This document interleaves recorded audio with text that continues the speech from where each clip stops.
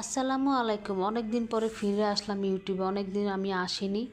তো আজকে রান্না করতেছিলাম লটে শাক, কুমিল্লায় বলে এটাকে 89 পাতা, আর আমাদের ঢাকায় বলতে সেটাকে লটে শাক। যাই হোক, এতে মসুর ডাল ভালো করে কষিয়ে সব রকমের মশলা দিয়ে যখন ডাল সিদ্ধ হয়ে আসে তখনই দিয়ে দিলাম লটে শাক। উঠানোর আগে একটু জিরা গুঁড়া দিয়ে তুলে ফেললাম। এটা কিন্তু আবার অন্যরকমভাবে রান্না করা যায়। শিং মাছ দিয়েও রান্না করা যায়, চিমির বিচি দিয়েও রান্না করা যায়, ঝোল করা যায়। এটা ঝোলের জন্য খুবই ভালো। এটা ডায়াবেটিসের জন্য নাকি অনেক ভালো। যাই হোক, এতে মজা করে আজকে ভাত খাইলাম লটে শাক দিয়ে। কার কার এলাকায় কী নামে এটা পরিচিত আমাকে একটু কমেন্ট করে জানিও। এই তো লেবু দিয়ে খাচ্ছিলাম মজা করে। আসলে তরকারিটা অনেক মজা হয়েছিল।